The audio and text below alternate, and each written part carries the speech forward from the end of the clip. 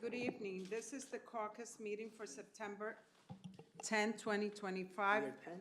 Presiding officer of the council, Milady Tejeda, wishes to advise the audience that notice of this meeting has been filed with the Home News Tribune, the Star Ledger, and posted on the bulletin board in the city clerk's office and on the city's website, indicating that today's meeting is being held in the council chambers, City Hall, 260 High Street at 5:30 p.m. Right now is 5:35. The council meeting will follow the caucus and closed session. Council President Tejeda, as a courtesy of the governing body, I will ask all individuals present, including members of the audience, to please turn off all cell phones and electronic devices.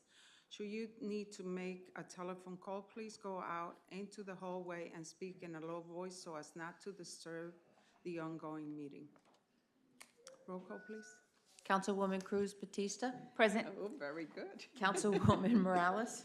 Present. Councilwoman Peralta. Present. Councilman Puccio. Present. Council President Tejeda. Present. Okay, I know it's not on the agenda, but since we have some item about the library upgrade and everything, I think we should have some type of presentation that the director is going to present. Good evening, Council President and members of the council. Thank you so much for allowing me to speak tonight. As you know, the Library Board of Trustees have approved the amendment of architectural services supporting the lower level renovations.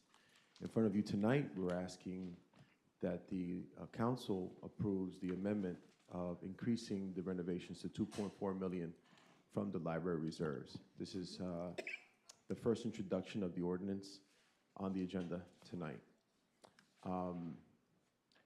The lower renovations is not, the funding will not expand the project beyond its original purpose. We continue with the original intent of the project, was to make the library a 21st century library for our community. We are asking for the increase of the funding to improve aspects of the library that will directly impact our residents when it comes to children's programming, teen engagement, adult learning, STEM activities, and programming that could be closed off while other programs take place in the library. This funding comes from our library reserves and will not impact our taxes in any way. I believe that we're using these funds responsibly for the purpose of capital improvement. In addition to this, by acting now, we won't delay the project any further, and it will keep us from any potential inflation that comes with delaying constructions. I have here tonight Dennis Cole and his project manager, Kelly, who will be providing more details should you guys have any questions about the cost or how we came about these costs. We also have a small rendering, virtual rendering of the renovations of what we're looking to achieve. Once again, I just making a very basic introduction to what we're asking for, and we hope to have your support for the renovation of the lower level of the library. Thank you. Come on.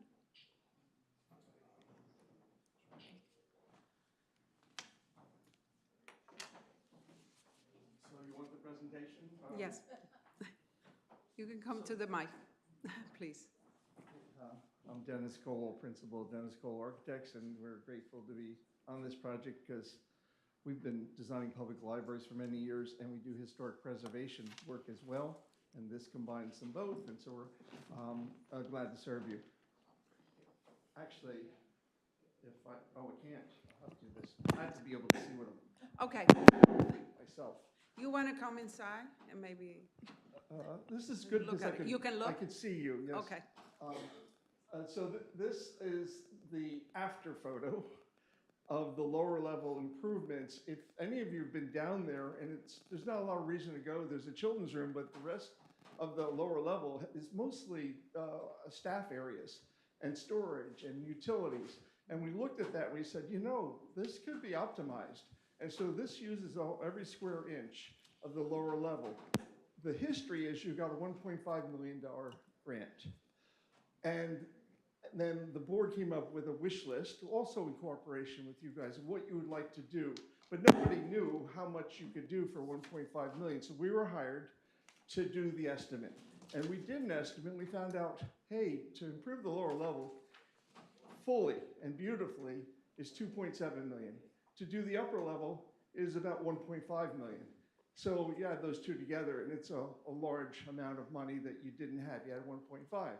Well, the board, the library board, has capital reserves, and they added that in to try to do most of the 2.7 million of the lower level.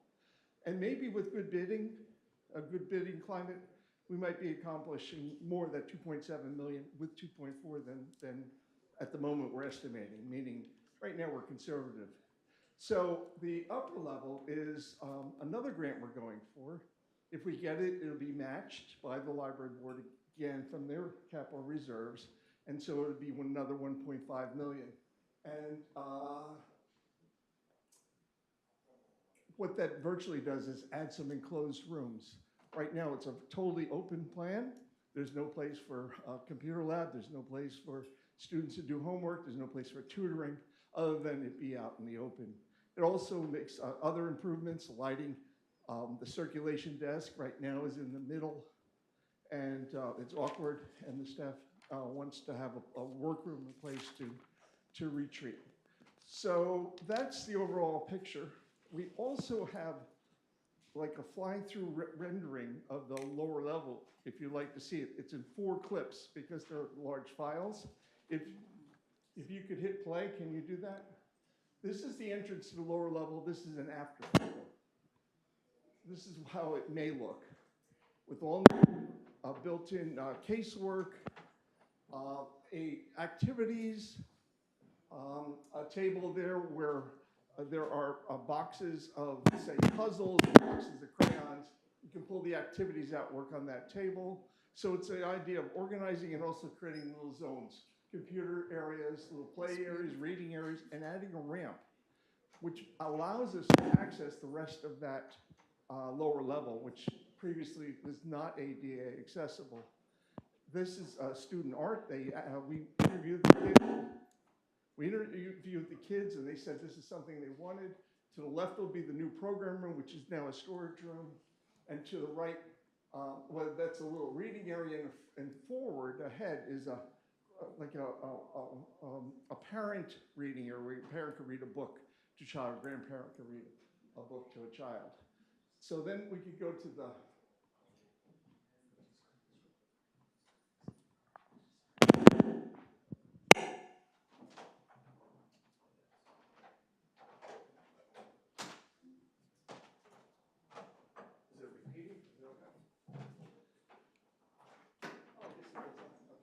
And so there's a little workroom. That's actually the circ desk for the lower level, that activity table. It's kind of a new concept. Thank you. Thank you so much. Better honor yours.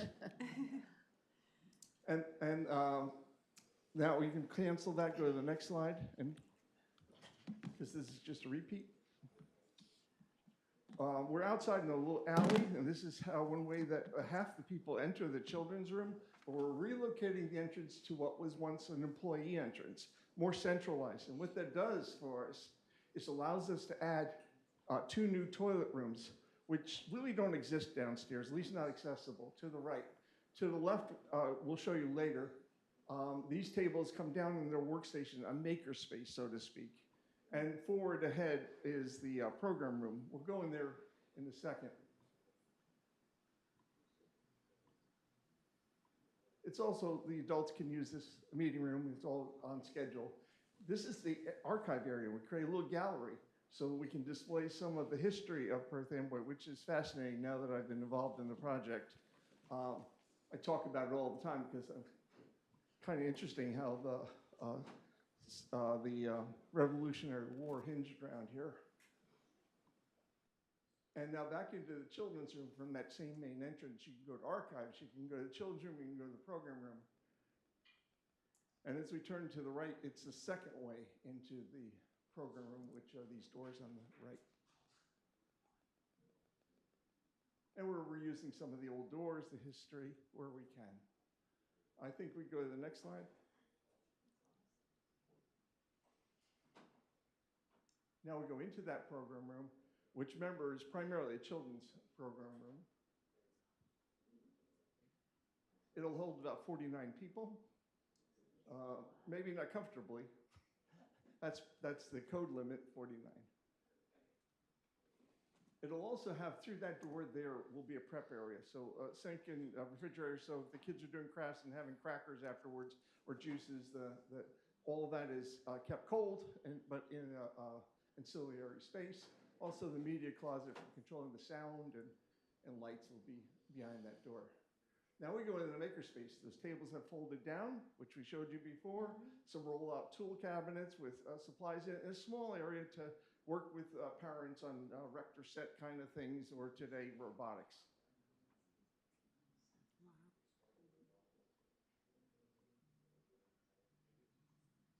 And those TV screens above could be instructional videos. They could also be a scrolling meeting notices or programming notices. Single occupancy toilet rooms, which are fully ADA accessible. All these great features that they do not have now. And the final run is we're going to take you into archives. You have a lot of history stored down there, not appropriately. We're going to improve the air conditioning and the humidity. We'll have some moving displays in the corridor using every inch that we have.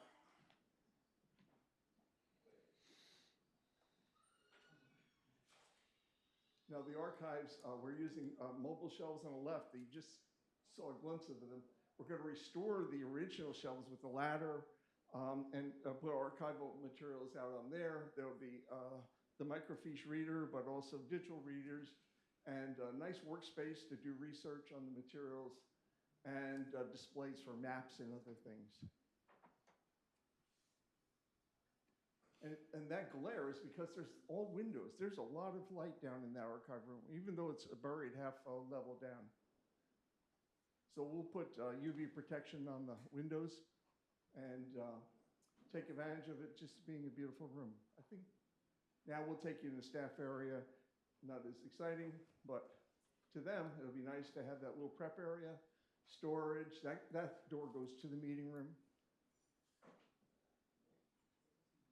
And then staff room usually is so they can have their lunch in private. And there'll be two toilet rooms. They exist, they're old, and that's part of that gap between the 2.4 million that we have appropriated and the 2.7 it'll take to actually go everywhere and do everything. So those toilet rooms may or may not be part of the project. And that's really it. Do you have any questions? I do. You know the entrance that's going into the kids, the children's section from the outside? It's a circular. Yes. Is that ADA accessible, like wheelchair accessible, or is just stairs there? It is accessible from the other door. So where the accessible entrance is now, where the accessible parking is, you would come in that way, go down the elevator, and you can, because it's ramped, you can go right into that area, yes. Okay, thank you. Well, I can just make a comment. It looks beautiful. It will be wonderful to see that coming to life because the library has been waiting, you know, too much waiting for a renovation this kind for our citizen and our residents. Thank you. Thank you. I would like to echo that. The programming has been exceptional at the library, so I cannot wait to see the renovations into fruition to match what's offered for our adults and for our students as well. And thank you for the presentation. Thank you for bringing that up. Thank you, Council President, council members, for your attention to the matter, and we hope to have your support on this amendment to the ordinance. Thank you. Okay, thanks.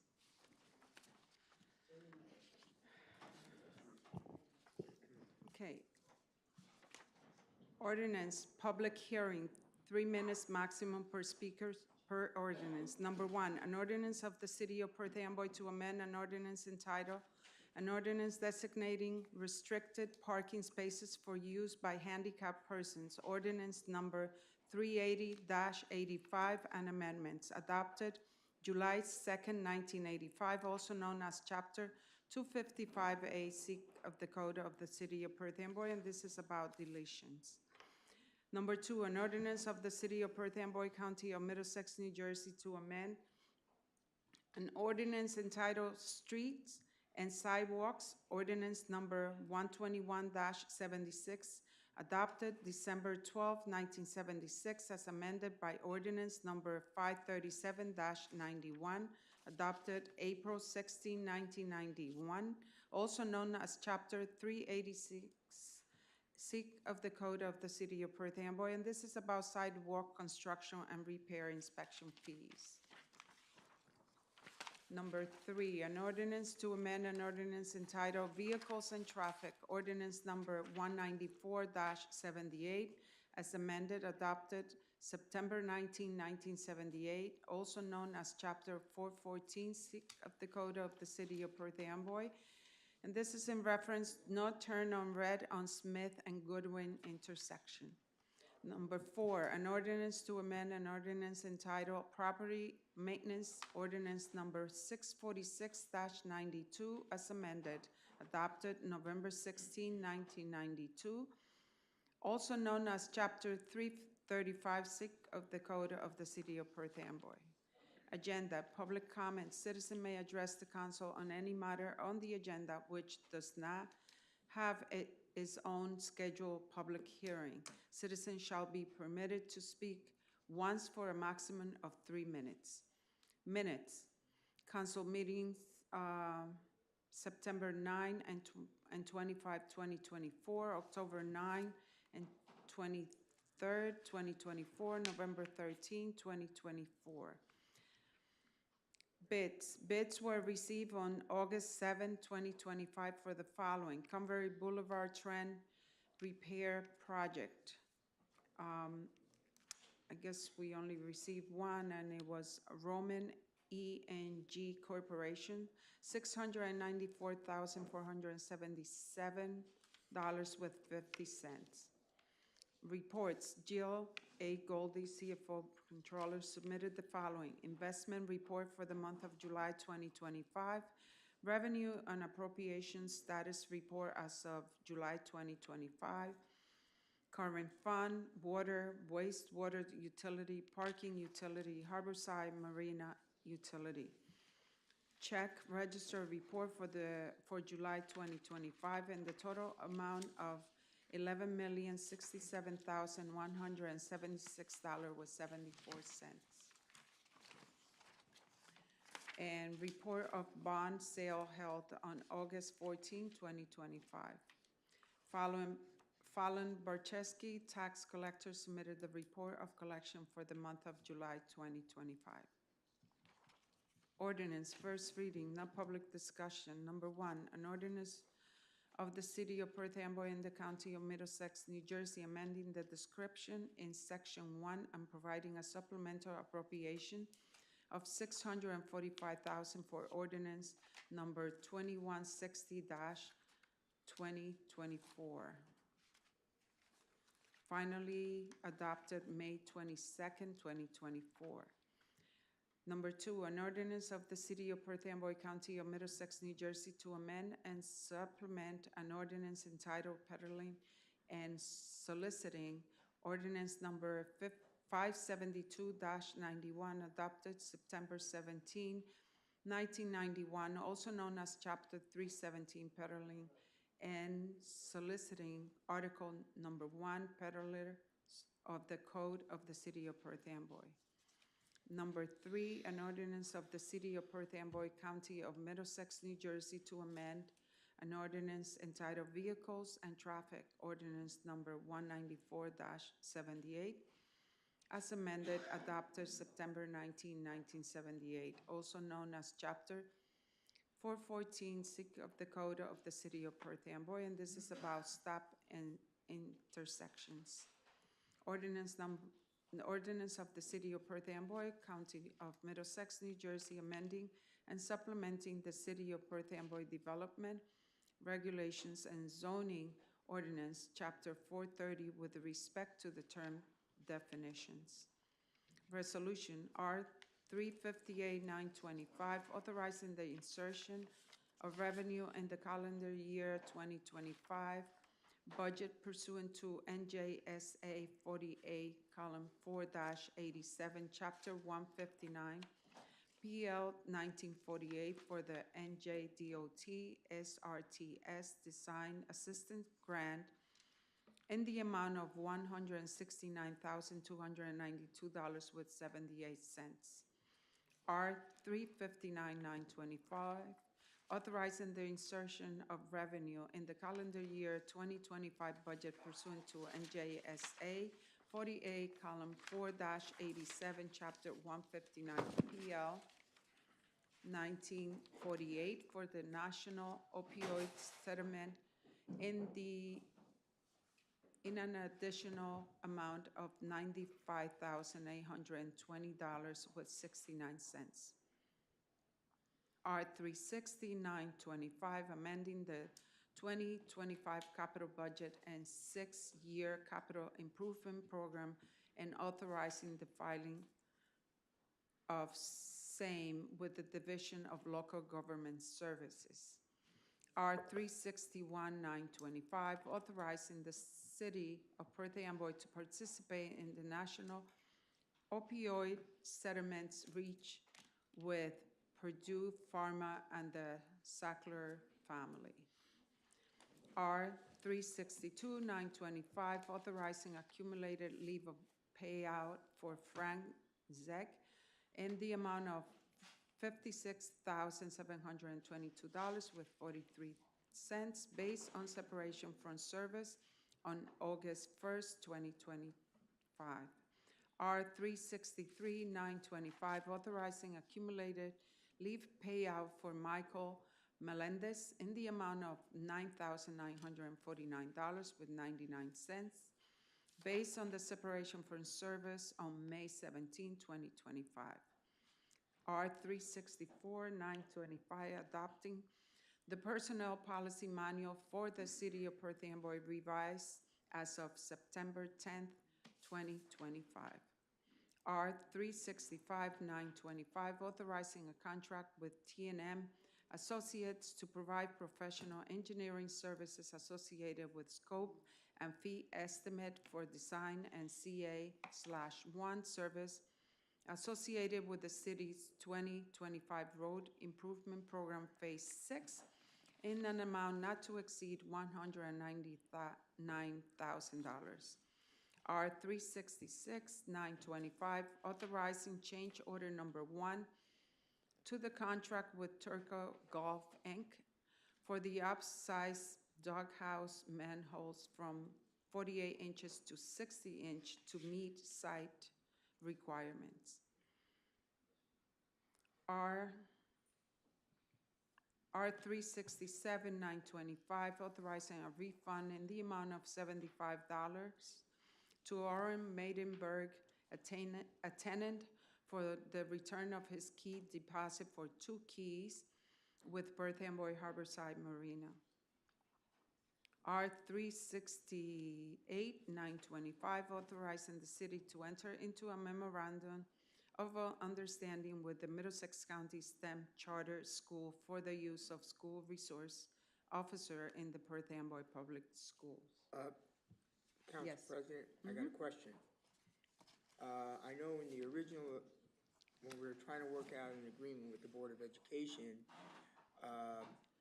this was going to be a shared service with, we were going to pay half and they were going to pay half. Now, is that the same set of circumstances here, the same deal? Is the charter school going to kick in the salaries of these 2 police officers?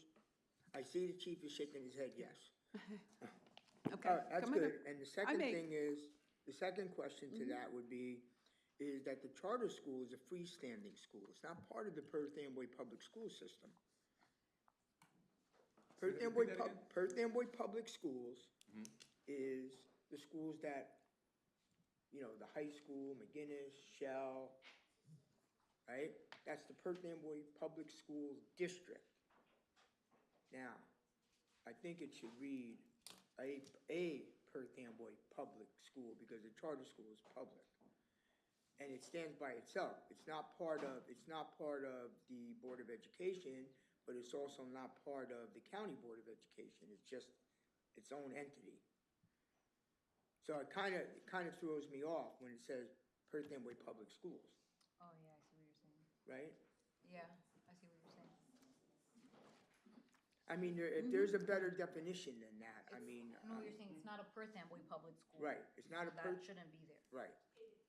But it is a But I public think it's school. part of the Perth Amboy. It's part of the Perth Amboy. I'll let him speak. Go ahead. But it is a public school, but it's just, I think there should be a definition to say that it is a public school, but it's not part of the Perth Amboy School Districts. Yes, Councilman, good evening. That verbiage comes from the grant itself. It says Perth Amboy School District, not Perth Amboy Public School District. So that verbiage comes from the grant itself. With this, if this is approved, we do have to go for grant modification because, to identify that and that, what school system, but it is part of the Perth Amboy School District, not Perth Amboy Public School District. Right, right. So PAPS district That versus would be PA the district. definition. Yes. That would be the separation. So that's why That's all that- I'm saying is that, just so people understand that is, you know, because the question might come up, why aren't they at McGinnis School? And that's a story for another time. But I'm just saying that if we're going to amend it, to what you just said. Yes, they actually, it does say that right now. It says Perth Amboy School District, and when we sought clarification from our grant manager, from the US DOJ, that it's a district in Perth Amboy, not the Perth Amboy Public School District. So Right. that's why we'll be able to do that. So that was just the way, because it's around the country, so different states do different things, but we explained to them our geographical boundaries and municipal boundaries and so forth, and that was the understanding. And they're gonna be kicking in. Yes, absolutely. Oh, okay. Yes. Same deal. Same exact deal, yes. Oh, okay. All right, I'm good. Yes, just different school buildings we'd be in. All right, I'm good. Okay, thank you. Thank you. R 369-925, designating certain property as an area in need of rehabilitation pursuant to the local redevelopment and housing law, NJSA 40A, column 12A-1. Council President, I just have a comment. I know for the planning board, we did have an amazing presentation. I just wanted to know, at least for the public, if we could just have a general overview for Resolution 369. Sure, I can get started. Please. The council authorized that study that you saw at the planning board, I believe it was last night. Council authorized that by resolution last February. The study was to determine whether the entire, every block and lot in the city qualified as an area of rehabilitation. That is distinct from area in need of redevelopment. As I'm sure you saw, there's different criteria for rehabilitation area versus redevelopment area, and there's different powers that it affords the city. The most significant, perhaps for the public, are that by virtue of a rehabilitation designation, that doesn't empower the city to offer long-term tax exemptions or to use its condemnation powers. So those are some distinctions, and it does provide some benefits for both the city and the property owners within that area, which will encompass the whole city if the council decides to vote on that. The city planner has anything to add, I'd welcome his comments to add on to that. Good evening, Good evening. and thank you for your kind words about my planning board presentation. Yeah, I mean, I think Mr. Opal covered it pretty well. There are a number of benefits that come along with an area in need of rehabilitation designation, including your ability and the city council's ability to authorize specific zoning for particular areas in the form of a redevelopment plan. as well as the ability to adopt a short-term tax abatement ordinance of up to 5 years.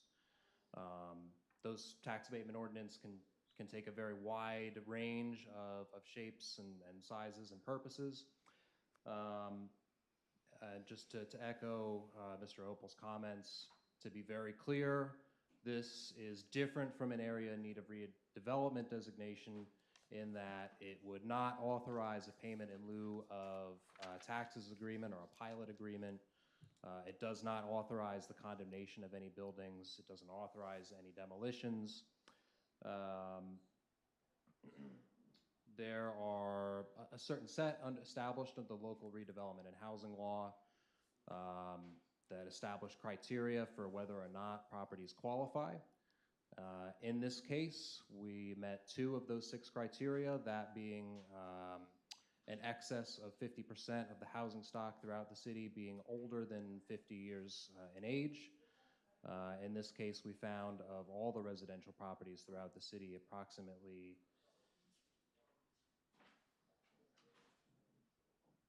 83.9% of them were in excess of 50 years of age.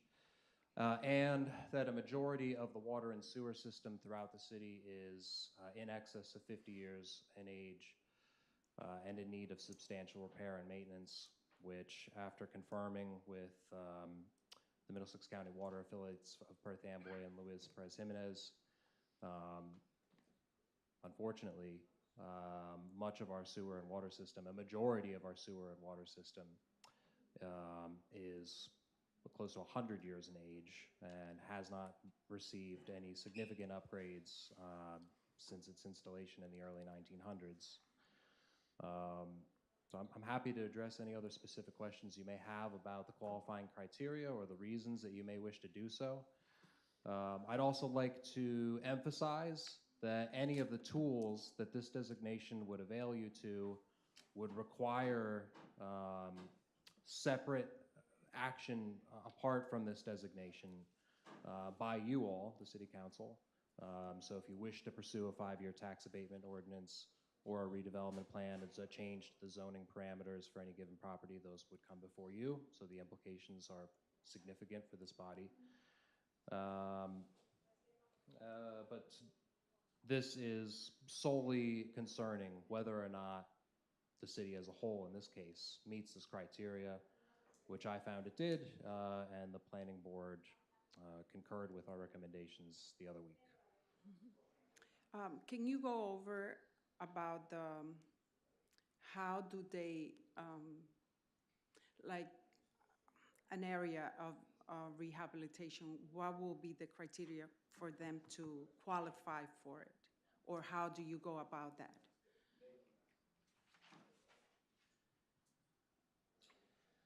So there are 6 criteria in total. You only need to meet 1 of them, but that would be a significant presence of structures that are dilapidated or substandard or underutilized in some fashion. Again, as I said, for our case, a majority of the housing stock being in excess of 50 years of age, a persistent pattern of vacancy and abandonment or underutilization, persistent tax arrearage, environmental contamination, and then the other one relevant in this case, the condition of the water and sewer infrastructure. Thank you. Certainly. Anybody else? No. Thank you very much. You're quite welcome. Thank you.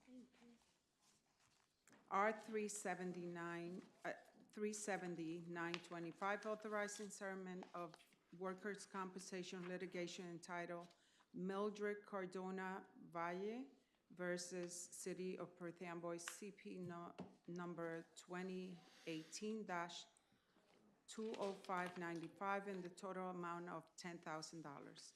R 371-925, authorizing the release of bond and escrow fees in the amount of $9,698.39 to Angel Soto for open balances for performance bond escrows, planning, and zoning review and engineering and inspection in various locations. R 372-925, authorizing the submission of an application to the New Jersey Department of Community Affairs for the fiscal year 26 state legislative grant program in the amount of $1 million.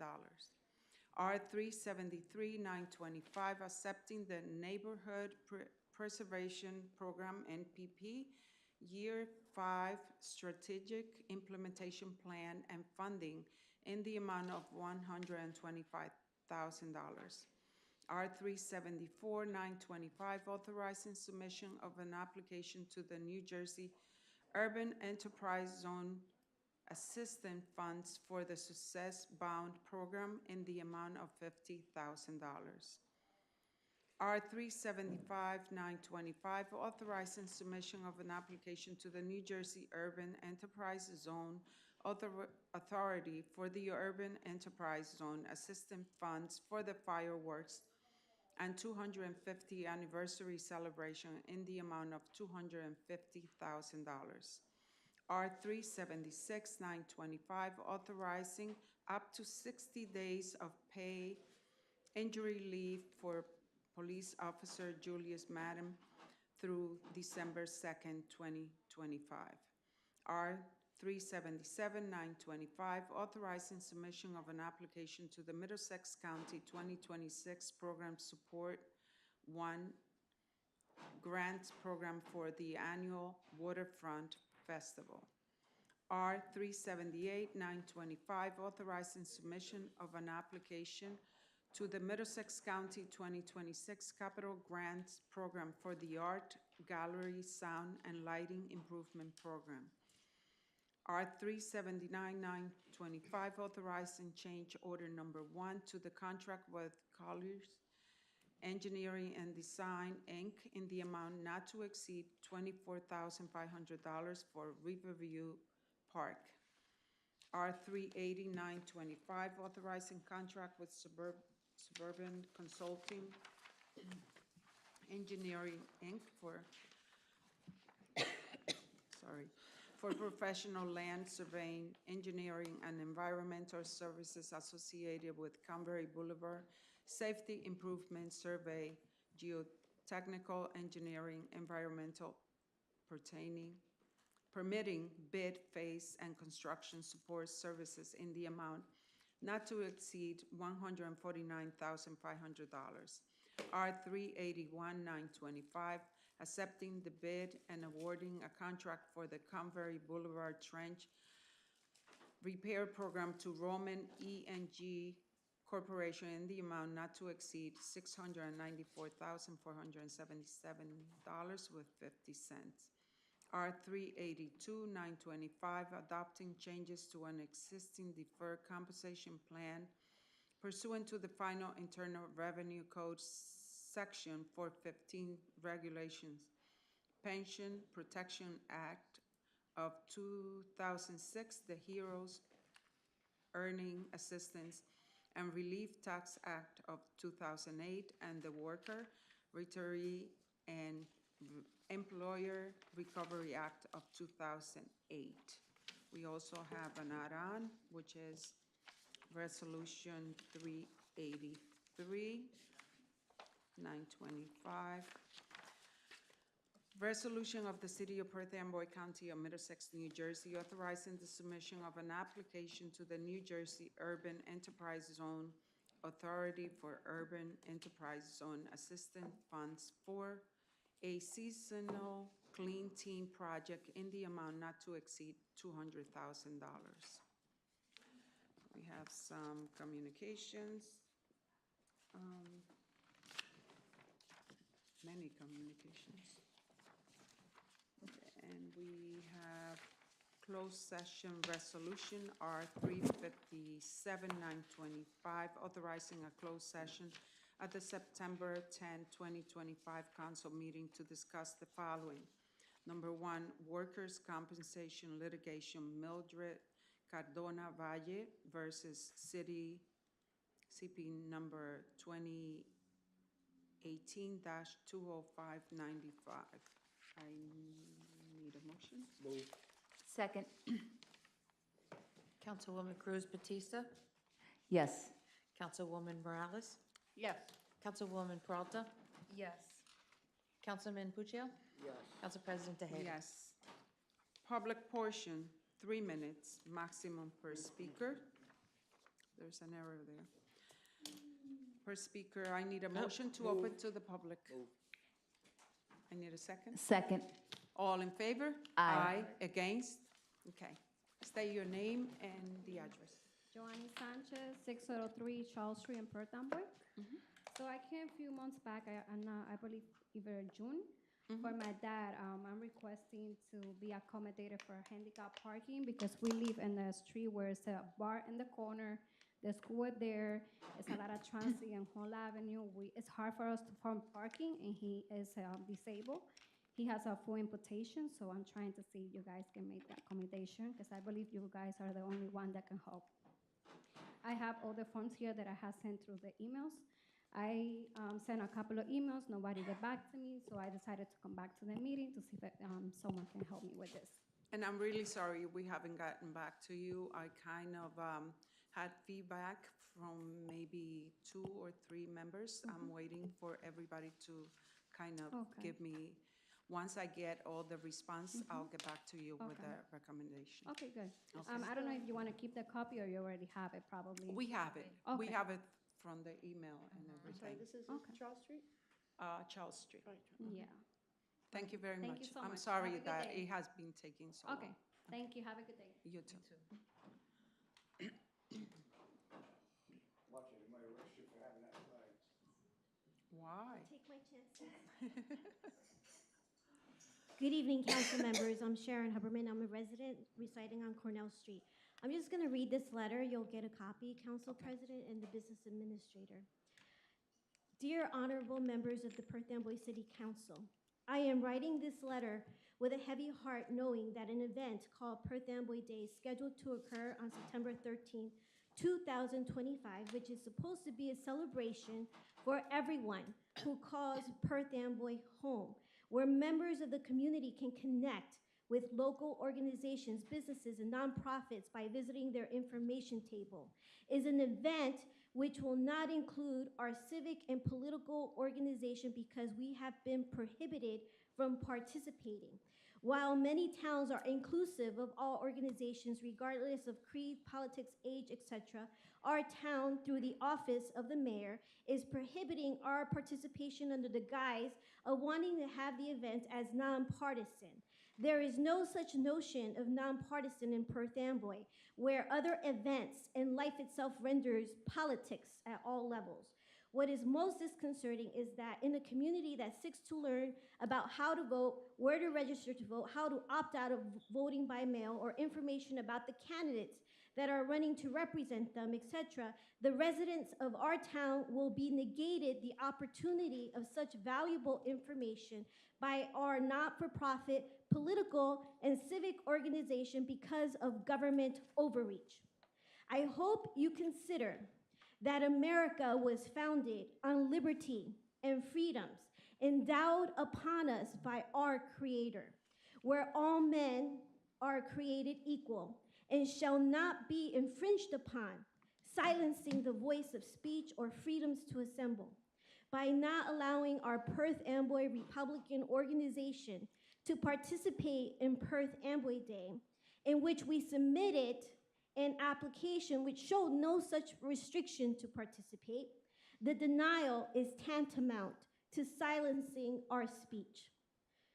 Please be inclusive as espoused in your diversity, equity, and inclusion.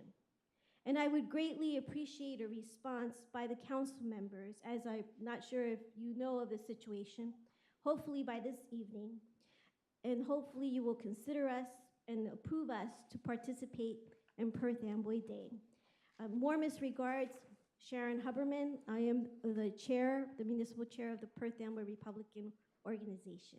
So I have a copy of the letter for the president and for the business administrator. Thank you. Here you go. Thank you.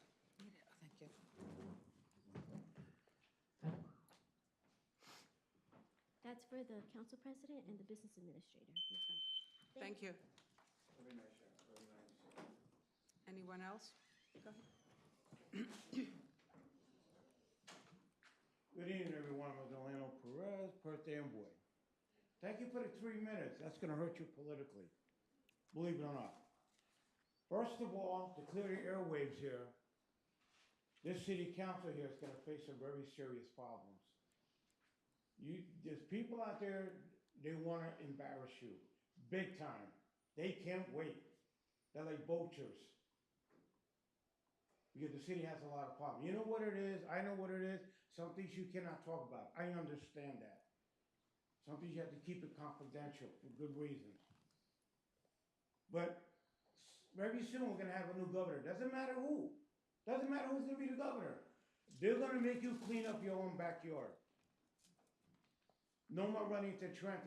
No, that stops now. You gotta start cleaning up your own backyard. Because if you don't, they're gonna do it for you. You look at me, that's too hard to believe. They've done it before. They cleaned up this town before. These people up there. These are the people who take you one by one, sit you down and says, are you aware of this? Are you aware of this? It goes on, and they're gonna make you feel very sick and very ill. They mean business. I'm telling you, I've seen this happen. I don't wanna see this happen to you. It's a blame game. There's people here in the city that work for the city, you know it, but you're gonna get the blame for it. They're gonna blame you. And I hate to use this language, following these people around, the people that tell you what to do with whatever, is not gonna accomplish anything. You're for us. You're for us. You have to work with it, whether you like it or not. This is a tough position you're in. But wait till after January comes. Be prepared for what's gonna happen. I'm serious. I've seen this before. I've seen a lot of people go down and see council members. Better start doing this now. I'm serious. Start cleaning it up. Please. You don't want public embarrassment. You don't want it. You don't want the cameras coming in front of City Hall with a press conference. Because somebody's going to blow something wide open here.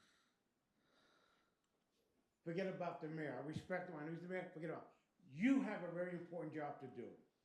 We look at you as very important people, as very well-educated people.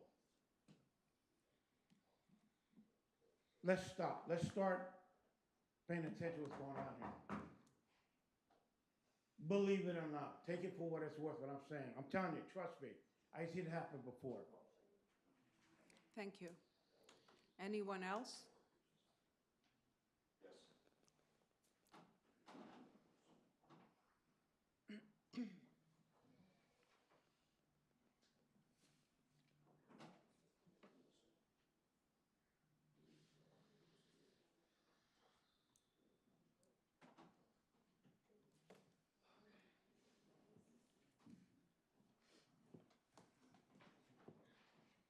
Hi. Okay. Okay. State your name and your address, please. Yes, Felix Castillo, You can, 540. you can put it up. Felix Castillo, 540 Colgate Avenue. Uh-huh. Okay. I have here complaints when the Wilda was the mayor about the park, Washington Park, about baseball players drinking in front of kids. Every weekend, it's getting bad. So what I have here are copies for 2024, 2025, and the years going by of all the garbage cans that are filled with nothing but liquor and bottled beers. I've called the police officers, they respond to it, and what happens is they can't do nothing about it because when they come there, they stick out like a sore thumb, and they hide the beer, and they hide everything, okay? I have video, pictures, every evidence against them, and like I said, these officers, they work hard, they try the best they can, but we have to put a stop on this, and the ones that are responsible for this are the ones that give the permits out for the baseball games. They come in there in the parking lot, and they blast their music. I want you guys to have copies of this, okay? I have 163 petition signatures from everybody in my neighborhood, surrounding neighborhoods, on New Brunswick Avenue and the whole 9 yards. So we're having a problem now, not only the park, with the drinking in front of kids and the rowdiness in the whole 9 yards, hitting pots, blowing horns. I mean, just doing it on purpose, okay? My thing is, I have nothing against anybody playing baseball, but my thing is, when you got kids around, you should not be drinking, especially when your playground's adjacent to it, and the skateboard park is right adjacent to the baseball field. This only happens on weekends with certain baseball players.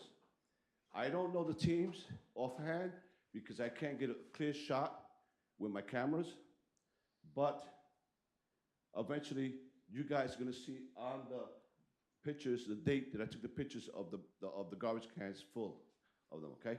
I know I have 30 seconds left. But my thing is, we have to find a solution. This has been going on since the Wilder, and my concern is, like I said, it's for the kids. Now, my second thing is, I don't know how New Brunswick Avenue changed over from 25 miles an hour to 30 miles an hour on a pedestrian road, which is you got school, you got a park with kids crossing to McDonald's, and 2 of them got hit this summer. 1 passed away. Thank you. Okay?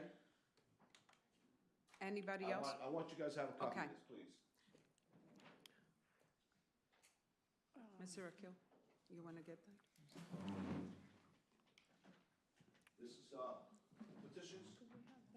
These are copies of the I'm going to call him, but I'm waiting for I him want to the boards, finish. everybody to have one, please, okay? We need help. Thank you. Thank you. Chief, have you had, have you heard of this happening? I Yes. live in that area, to Okay. tell you, but I don't see it that close. I Okay. mean, mine is behind the, I'm adjacent, my fence is adjacent to the parking lot. okay, So thank you, I clear view of everything. thank you, So I'll make copies for everybody. Chief. Good evening. Yes, we have been called there on many occasions for loud music and those types of things. And as the gentleman mentioned, we do respond. There have been instances of summonses issued and those types of things in there. But as he says, they see the police cars pull up and we can't go and search through people's bags or do any of those types of things. We can only address what's out there, in the open at the time when we come. But we have been there, we have addressed it.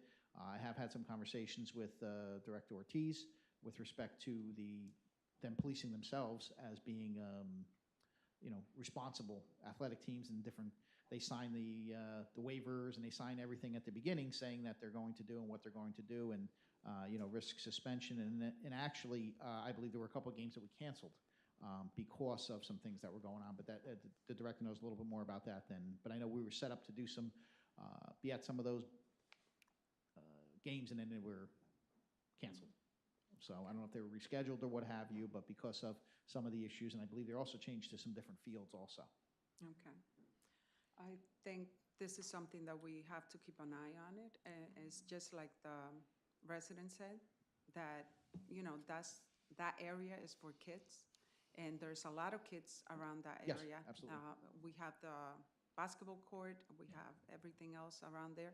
I mean, I see that park full of young kids, adults and everything. So it's something to kind of keep an eye on it. Yeah, I think it's very important, as you mentioned. And see a plan to kind of address it. I think, as you mentioned, it's very important to pull the permits. If they're not doing what they need to do and they're not being sportsmanlike conduct and so forth, then they can't play.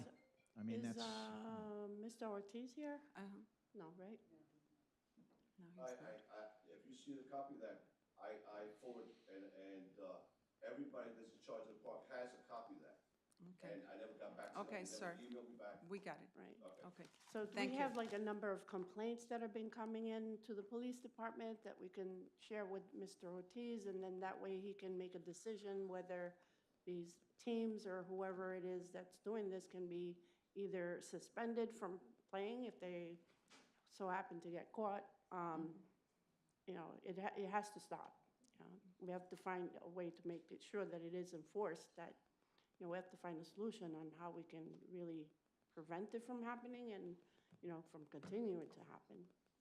Absolutely. We have everything that we go to, every job we respond to is in our computer-aided dispatch system, so I'd be happy to share that with them. I know that we do that on a regular basis. We also meet with them ahead of time, beforehand, and we explain to them this won't be tolerated, that won't be tolerated. I know that they do also on a regular basis, but that may be time at this point to say, listen, if, you know, all of these warnings, you've gotten summonses, you know you're not supposed to be Exactly. doing this stuff, maybe Right. it's time you're not playing next year. Right. Because it's, you know, this season's almost over, but, you know. Okay, thank you. Thank you. Thank you. Anybody else? Come on. Good evening. My name is Carmen Rodriguez. I own a daycare on Colgate Avenue. I'm his neighbor. I've called the police a couple of times, and technically they laugh in my face. My issue is the speeding. I own a daycare. There's a daycare across the street. There's a daycare up the street, and there's a daycare around the street. In the last 3 months, my car's been hit. One of my clients' car's been hit. There's been a couple of accidents. I called the police on Monday because my new client, her car, they were going by so fast that they took off her mirror on the side. And this has been happening. I've been open 3 years. In the last 2 years, it's been getting really bad.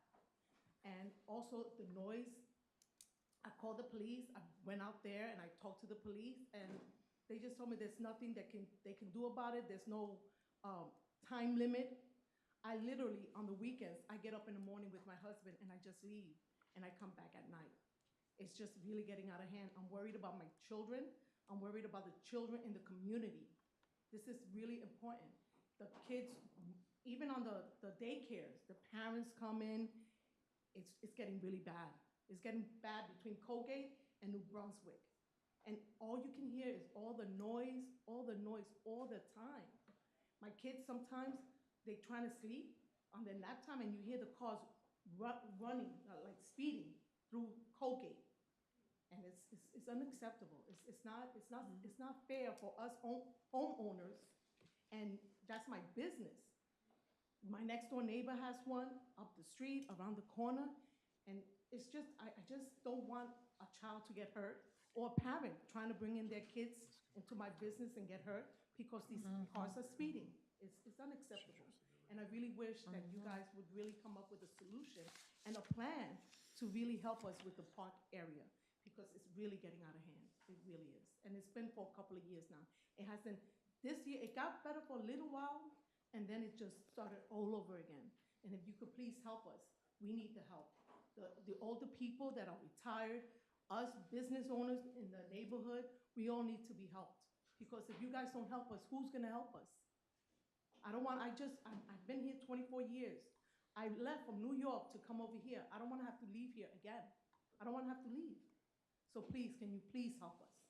Thank you for your time. Do you see any like police presence around there, or what kind of solution would you think of? The speed bumps. I think that speed bumps would help for the cars racing and the people going across New Brunswick and Colgate, because maybe that'll slow them down. It's just that they're going by so fast. They take, you know. Thank you for your time. Thank you. Thank you. Anybody else? Seeing none, I need a motion to close public portion. Move it. Second. All in favor? Aye. Against? Okay, I need a motion to go on closed session. Move. Second. All in favor? Aye. Against? Okay, after the closed session, we will have the city council meeting. So I appreciate everybody who participated and bring their issues that are happening in their neighborhood. Thank you.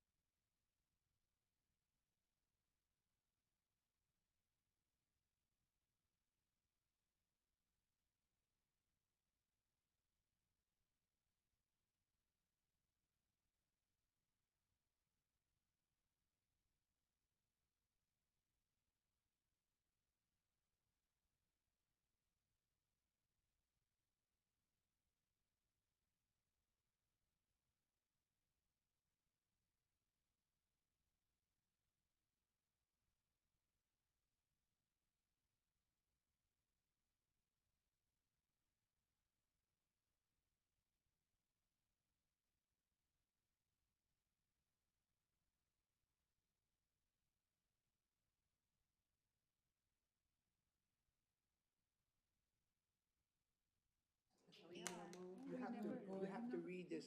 15 to 30.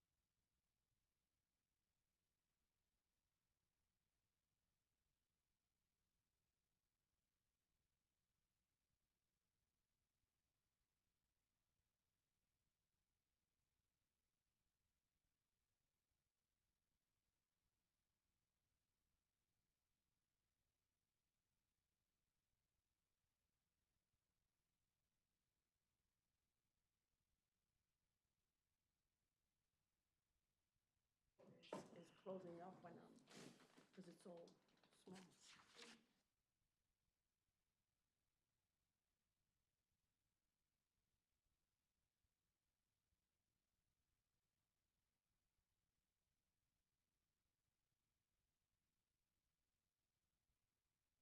Is ready? Yes. I need a motion to return from closed session. Move it. Second. All in favor? Aye. Against? I need a motion to adjourn the caucus meeting. Move. Second. All in favor? Aye. Against? Okay, we're ready to start the council meeting for September 10th, 2025. Presiding officer of the council, Milady Tejeda, wishes to advise the audience that notice of this meeting has been filed with the Home News Tribune, the Star Ledger, and posted on the bulletin board in the city clerk's office and on the city's website, indicating that today's meeting is being held in the council chambers, City Hall, 260 High Street, right after the caucus and closed session. Council President Tejeda, as a courtesy of the governing body, I will ask all individuals present, including members of the audience, to please turn off all cell phones and electronic devices. Should you need to make a telephone call, please go out into the hallway and speak in a low voice so as not to disturb the ongoing meeting. Roll call, please. Councilwoman Cruz Batista. Present. Councilwoman Morales. Present. Councilwoman Peralta. Present. Councilman Puccio. Present. Council President Tejeda. Present. Let's stand for the invocation and the Pledge of Allegiance. Dear Lord, watch over this governing body. Provide us with the wisdom and the understanding of the needs of our residents and our community and whoever come to visit or stay our city. I also want to pray for those that are defending our freedom abroad and home, and also their family, for our students who came back to school, to keep them safe and protect them for all evil. protect our residents and our family. Amen. I pledge allegiance to the flag of the United States of America and to the republic for which it stands, one nation, under God, indivisible, with liberty and justice for all.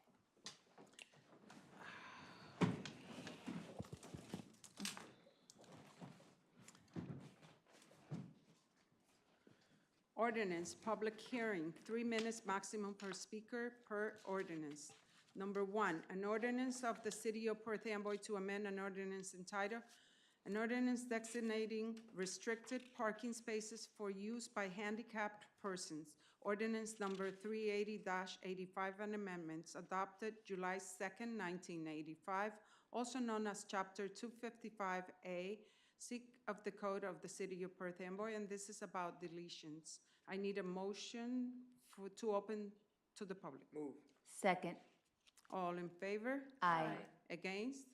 Okay, anyone? Seeing none, I need a motion to close public hearing. Move. Second.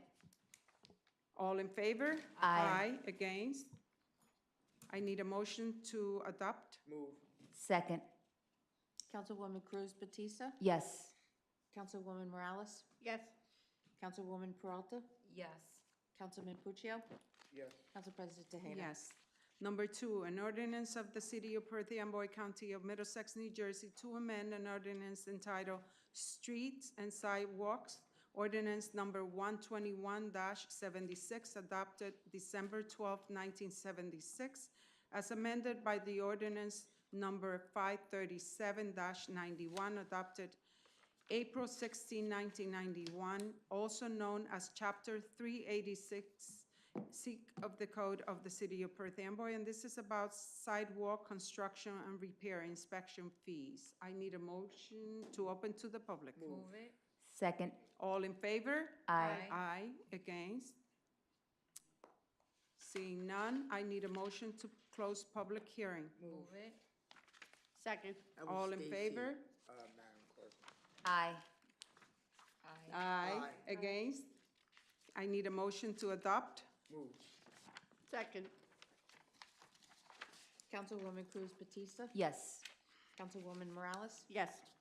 Councilwoman Peralta? Yes. Councilman Puccio? Yes. Council President Tejeda? Yes. Number 3, an ordinance to amend an ordinance entitled Vehicles and Traffic, ordinance number 194-78, as amended, adopted September 19, 1978, also known as Chapter 414 of the Code of the City of Perth Amboy, and this is a no turn on red on Smith and Goodwin intersection. I need a motion to open to the public. Move. Second. All in favor? Aye. Against? Seeing none, I need a motion to close public hearing. Move. Second. All in favor? Aye. Against? I need a motion to adopt. Move it. Second. Councilwoman Cruz Batista? Yes. Councilwoman Morales? Yes. Councilwoman Peralta? Yes. Councilman Puccio? Yes. Council President Tejeda? Yes. Number 4, an ordinance to amend an ordinance entitled Property Maintenance, ordinance number 646-92, as amended, adopted November 16, 1992, also known as Chapter 335 of the Code of the City of Perth Amboy. I need a motion to open to the public. Move it. Second. All in favor? Aye. Against? Seeing none, I need a motion to close public hearing. Move. Second. All in favor? Aye. Against? I need a motion to adopt. Move. Second. Councilwoman Cruz Batista? Yes. Councilwoman Morales? Yes. Councilwoman Peralta? Yes. Councilman Puccio? Yes. Council President Tejeda? Yes. Agenda, public comment. Citizen may address the council on any matter on the agenda which does not have its own scheduled public hearing. Citizens shall be permitted to speak once for a maximum of 3 minutes. I need a motion to open to the public. Move it. Second. All in favor? Aye. Against? It's open to the public on agenda items. Seeing none, I need a motion to close public Move. comments. Second. All in favor? Aye. Against? Minutes, council meetings, September 9 and 25, 2024, October 9 and 23, 2024, November 13, 2024. I need a motion to, Move. to approve. I need a second? Second. That was Ms. Morales. Councilwoman Cruz Batista? Yes. Councilwoman Morales? Yes. Councilwoman Peralta? Yes. Councilman Puccio? Yes. Council President Tejeda? Yes, is that Batista, Cruz Batista know. kind of take a lot of energy out of you? Doesn't quite roll off the Not tongue, yet, you not know? Bids were received on August 7, 2025 for the following: Convery Boulevard Trench Repair Project. The bid was Roman E&G Corporation for the amount of $694,477 with 50 cents. Madam President, I Yeah. just want to ask the BA, where is that going to be exactly? I'm not sure. No, you can tell me. I'll get to you in the morning. Yeah, just send it. Okay, reports. Jill A. Goldie, CFO of Controller, submitted the following investment report for the month of July 2025. The revenue and appropriation status report as of July 2025, including current fund, water, wastewater, utility, parking utility, harborside marina utility. Check register report for the July 2025 in total amount of $11,067,176 with 74 cents. Reports of bond sale held on August 14, 2025. Also, Fallon Barczewski, tax collector, submitted the report of collection for the month of July 2025. Ordinance, first reading, no public discussion. Number one, an ordinance of the City of Perth Amboy in the County of Middlesex, New Jersey, amending the description in Section 1 and providing a supplemental appropriation of $645,000 for the ordinance number 2160-2024, finally adopted May 22nd, 2024. I need a motion. Move. Second. Councilwoman Cruz Batista? Yes. Councilwoman Morales? Yes. Councilwoman Peralta? Yes. Councilman Puccio? Yeah. Council President Tejeda? Yes. Number two, an ordinance of the City of Perth Amboy County of Middlesex, New Jersey, to amend and supplement an ordinance entitled Peddling and Soliciting, ordinance number 572-91, adopted September 17, 1991, also known as Chapter 317, Peddling and Soliciting, Article 1, Peddler of the Code of the City of Perth Amboy. I need a motion. Move. Second. Councilwoman Cruz Batista? Yes. Councilwoman Morales? Yes. Councilwoman Peralta? Yes. Councilman Puccio? Yes. Council President Tejeda? Yes, an ordinance, number three, an ordinance of the City of Perth Amboy County of Middlesex, New Jersey, to amend an ordinance entitled Vehicles and Traffic, ordinance number 194-78, as amended, adopted September 19, 1978, also known as Chapter 414 of the Code of the City of Perth Amboy. And this is about stop intersections. I need a motion. Move it. Second. Councilwoman Cruz Batista? Yes. Councilwoman Morales? Yes. Councilwoman Peralta? Yes. Councilman Puccio? Yes. Council President Tejeda? Yes. Number four, ordinance of the City of Perth Amboy County of Middlesex, New Jersey, amending and supplementing the City of Perth Amboy Development Regulation and Zoning Ordinance, Chapter 430, with respect to term definitions. I need a motion. Move. Second. Councilwoman Cruz Batista? Yes. Councilwoman Morales? Yes. Councilwoman Peralta? Yes. Councilman Puccio? Yes. Council President Tejeda? Yes. Okay, look over the resolutions. Remember, there's another. So, I had a question. How many more phases for Resolution 365 do we have? I know we're on phase 6. Maybe, Mr. Opal should have, let's wait for him to finish. That's number what? 365. Do you want to just, I'm not sure, but I'll find out and may have answers for you in the morning. Just, meeting in just October? curious. All right. Okay. All right. Or road improvement, probably we have. Do you happen to know how many phases for that, For the road road improvement improvement program? We're on number 6, that's 365.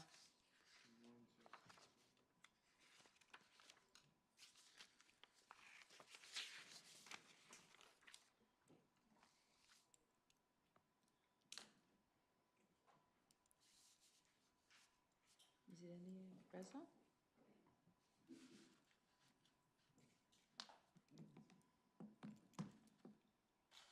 I don't know, I'll follow up tomorrow. Okay, I'll look for the contract, I'm not gonna be able to pull it up quickly. okay, no problem. Okay, go ahead. Anything you want to pull? Nope, Okay. I'm good. So the consent agenda is R 358, 925 through R 383, 925 is the consent agenda. I need a motion. Move. Second. Roll call, please. Councilwoman Cruz Batista? Yes. Councilwoman Morales? Yes. Councilwoman Peralta? Yes. Councilor Puccio? Yes. Council President Tejeda? Yes. Okay, we have, there's communications there. Public portion. I need a motion to open to the public on any item. Move. Second. All in favor? Aye. Against? Okay, it's open to the public for any item. Is 3 minutes maximum per speaker.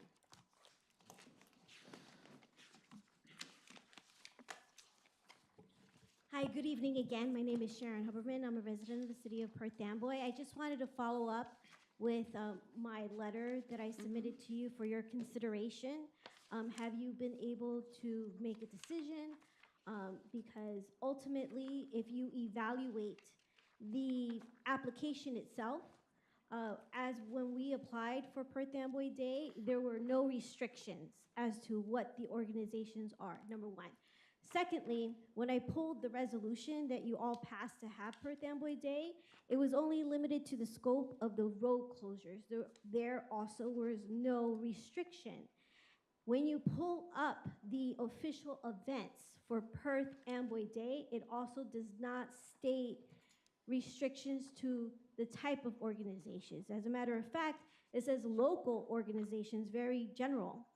And as I've expressed to you, part of being part of Perth Amboy, I'm born and raised in Perth Amboy, there are many organizations out there, some of which may be operating as, like, for example, because I spoke with someone from Food and Water Watch, they have a PAC.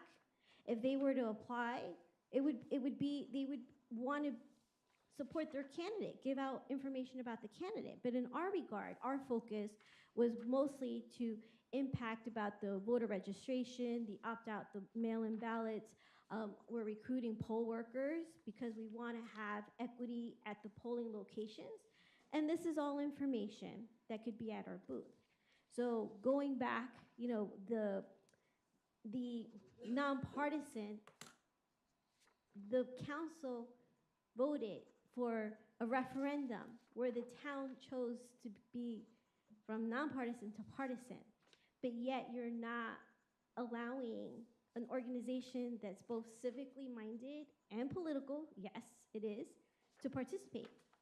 So that's, I didn't get any back, like, inquiries. I feel like it's like a dead silence, whereas other people who come up, you engage, but when I'm coming up on the matter that's very serious for our freedom of speech, freedom of association, you know, I just want to know where you are. Okay. Did you? Thank you. That's all your, okay, so this was the first time I heard about of the situation that you Right. have. And I don't know the other members, I don't know if you were aware of that. Via email, yes. But now I think Recreation, who is in charge of that participation, send you an email with a Right. response. I got it, but I'm sorry, I can't even open my email on I'm having trouble with my iPad. But I don't know exactly, but I feel that this is my personal opinion, because when we do the festivity for the Dominican Festival, we also do not allow political, because you will be representing Political a, party? a political party, and it's different than having a table as let's say, as Sharon Huberman, telling people to kind of register to vote, be part of that right that you have, or that you will be representing your party. And I don't think, and I'm not sure who else is in there, but I'm not sure. Are you aware if the Democratic Party has there? Because I'm part of the Democratic, but I don't know if they were part of it. This is an excellent conversation and feedback, because the difference between the Dominican Festival is you're an organization who is sponsoring an event. In this case, it's the municipality that is conducting an event, opening it to everyone to participate. That's our tax dollars. You as the council are involved with the appropriation of the monies. So the way I look at it is, if you're inviting and opening it up to everyone, and it wasn't stated either in a policy or provision in the ordinance, or even on the application, that there was an exclusion, it's kind of like turning back the clock. It's like, well, it just feels from my vantage point, oh, well, you represent the Republican organization, we don't want your exposure. And I am under the understanding that perhaps there may not be wanting to participate from other people, but I do. Like, why do I have to be silenced if our organization wants to And I don't think, participate? and your time Right. is up, I was just Yeah. responding to Yeah, you. but I was But making a anyway, comment. I am going to look over Okay. your Great. letter, Okay. and with more time, and kind of respond to you by email, even though I think everybody should look at it and just respond in their own way of opinion. Right. I Do mean, you we know just when? got your, Yes, I understand. we just that. got the letter today, Right. so we'll look over and respond to you on our view, based on the ordinance and based on what it is for the Amboy Day. And can we also look at the policy or The ordinance. the ordinance to just make sure that there are clarifications on there? Because if there isn't, then we should be, in my opinion, more specific, you know, Okay. as to Yeah, but what's it's, allowed and not the allowed. clock has, the alarm has already rung. The alarm has already rung. I have copies of the ordinance, of each of them, 414, the entertainment, special permits, activities, I have them. We can look it up. Yeah. We can look it up, and we'll So the get back clock to you. has been run. So when will I hear? Like, because it's gonna be Saturday. So will I be hearing within 24 hours if we're gonna be allowed to participate or not? Okay, let's look at the letter, and let's have a response by tomorrow. Thank you. Tomorrow afternoon. All right, I appreciate it. Thank you. Thank you. I just want you to understand that we are not ignoring you. We just got the email like within the last hour, so we'll review it. Good evening, Council President, members of the council, Ken Gonzalez, 110 High Street. I hope everybody had a great summer and are ready to get back into fall and get back to work as usual. I know you've all been working throughout the summer, of course. A couple things I wanted to just mention in passing. One of them is that I had opportunity to take the train from Perth Amboy to New York about a week or so ago. It was the first time, I guess, I've actually used the train in a long, long time. And I was appreciative of what I saw. I mean, I know that we've had the upper level platform closed down for construction forever and ever, and now we have a functional lower level, train level platform. But one of the things that I really appreciated is the detail work on the rail, wrought iron that had images from Perth Amboy. And that was really, really nice. I saw the image of City Hall, I saw Thomas Mundy Peterson, I saw the ferry slip. Obviously, a lot of thought went into that, and I was very appreciative because we should all be very proud of our Perth Amboy. Another thing I wanted to mention in passing, and this just happened to a client of mine. You know that my office is over at 283 High Street, next to Supremo.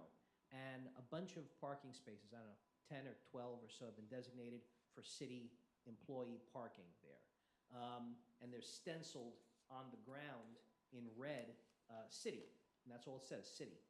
And every now and then, clients of mine will park over there, and then we'll see the tow truck and taking them away, and we'll run out to the tow truck and say, hey, wait a minute, and we'll explain the client just didn't realize that that wasn't one of the designated spaces.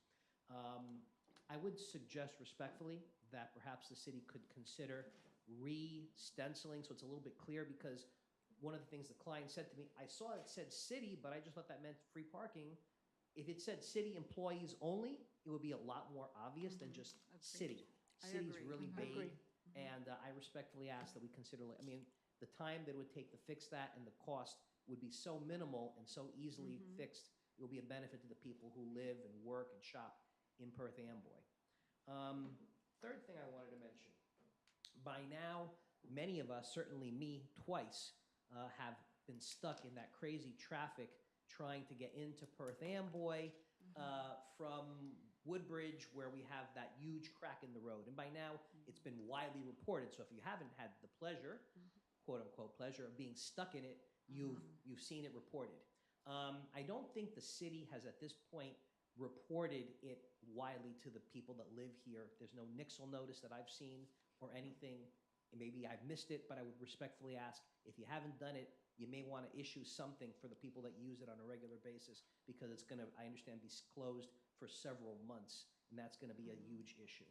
I have one other quick issue to bring up, if you would allow me, and if you won't, you won't. I understand that, but I'll bring it up if you'd let me. It'll be quick.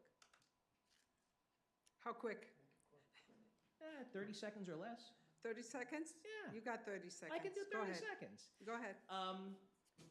There's no Channel 34. I know that that's not the city's fault. I know that's Board of Ed. I don't know if you guys have had any conversations. From what I understand, the amount is something to the equivalent of $10,000, which I know in the great scheme of things, while it sounds like a lot, it's not a lot, and the loss to the public is significant. I would respectfully ask, please, if you're not having conversations with the Board of Ed, please do. Maybe there's something we can do, because obviously Channel, and you guys know this, of course, Channel 34 services our community in a major, major way, and it will be great to get it back. Thank you. Thank you so much, all of you. And there is plans for it. I So hope so. there's conversation about it. Thank you, Council President. Thank you. Anybody else? Seeing none, I need a motion to close public portion. Move. Second. All in favor? Aye. Against? Okay, council comments. Cruz Batista. Thank you. Good evening, everyone, and thank you so much for being here, for participating. I just wanted to take this moment, of course, for a moment of silence, please, as tomorrow is one of the tragedies that have shaken up our entire country and the entire world. So I just want to use my time just to take this moment of silence for September 11th.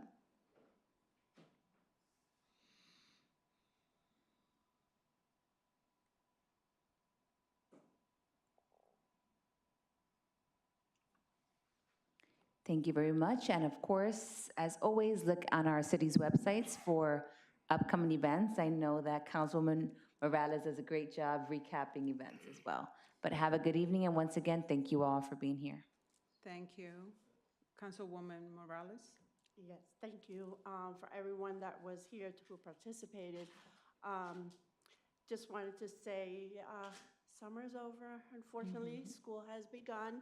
Wishing all the students a great new school year and lots of love to them. And just as we know, there are always still events coming up. Earth Amboy Day, I think is this weekend coming up. There's the grand reopening of the Eagle, what is it called? The Eagle, the boat. The Eagle Scout 3. They do have a grand reopening of that this weekend as well. I think Rosh Hashanah is also coming up in a couple weeks, right before our next meeting. So I just want to wish everybody who is celebrating that holiday, happy Rosh Hashanah. And that's all for now. Good night, good evening, thank you. Thank you. Councilwoman Peralta. I just wanted to welcome all of our students back. It's always exciting coming back to school, seeing all the children back. But on that same note, there's a lot of traffic, congestion, everyone trying to figure out where they're going, you know, their routes, now that maybe they're transitioning from one school to the other. So I just ask to be patient, to be alert, and to just be conscious of, you know, everyone that's walking and crossing our streets. Please be patient and kind to our crossing guards. I find that we have an issue retaining our crossing guards because it's a hard job, you know? So please be kind to them and say thank you when you do see them, because it is a difficult job. They're outside throughout the whole year. So welcome back to all of our students. The library presentation was a beautiful presentation. I'm excited about this project. I think it's a necessity in our town, and I'm super enthusiastic about this. And just to piggyback off of September 11th, I would like to welcome everyone. If I'm not mistaken, we're having something tomorrow at 11, right? I want to say at 11. So I welcome you all to participate and have a good evening. Thank you. Councilman Puccio. Thank you, Madam President. Actually, first I'd like to bring up the fact that September is Breast Cancer Awareness Month. That's why I wore pink today. Oh, I could And, have mine. you know, but in my mind, I think cancer awareness is a 12-month awareness. You know, I'm fortunate enough, I happen to be a cancer survivor, but my heart goes out to the people that are suffering from that dreaded disease. With that said, we move on to September 11th. Tomorrow is the anniversary, and there is a ceremony tomorrow at 11 o'clock. But, you know, for some of us, it's etched into our minds. The council president, a lot of people, and I know I bring this up every year at this time, but a lot of people don't know that the council president was at the World Trade Center when the planes hit the building. She was working there. I spent time there. The chief of police, Chief Catano, spent time there. Nothing will ever erase the memories of what we saw with our eyes from that day. So, with that said, I mean, my heart goes out to all the families that were affected and the families that are being affected to this day, because the total of people that have lost their lives from September 11th has more than reached 5,000. People that have died from cancer-related illnesses who spent time at Ground Zero, including 2 Perth Amboy police officers who are suffering from cancer right now. So, with that said, one last little thing, because I saw Tommy's picture flash up on the screen before the meeting started, and it's been 17 years since Officer Ray Jai was killed in the line of duty. So every year we commemorate that by riding to the spot where Officer Ray Jai lost his life. But the last couple of years we have partnered up with Woodbridge PD, and we also go out to sites where one of their officers was killed, especially the site of Alvin Williams, police officer that lost his life trying to save 2 kids. And he also was the first Afro-American police officer for the city of Woodbridge. With that said, if anybody wants to see us do it, it's on September 15th, Chief. 10 o'clock, we're leaving police headquarters, and we're riding out to Staples, where Tommy passed away, and the Home Depot in Colonia, where Officer Williams lost his life. Thank you. Thank you. I just want to thank everybody who came today and brought up their problems or whatever they're facing right now. And talking about September 11, I feel for all the families who lost a family member at that side on the, bless you. And also, it was a threat to our freedom. And let's keep it in our mind that there is a lot going on to protect our freedom from this country, in this country, from abroad or anywhere. But we have been grateful to have such a wonderful nation that protects all our citizens, and I'm very proud to be part of this nation since 1974 and until I depart. But all of us, please, whoever has the time tomorrow to participate, to come at 11 o'clock. So our students, I'm glad they're back, and I hope they enjoy their school year, that they have a safe and a very productive year for all of them. Our students are very, very unique and special, and we all have a special heart for them. So good luck this year.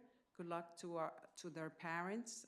Give them the patience to deal with homework and everything else, and whatever happens in the activities that they have in schools, to be able to enjoy it.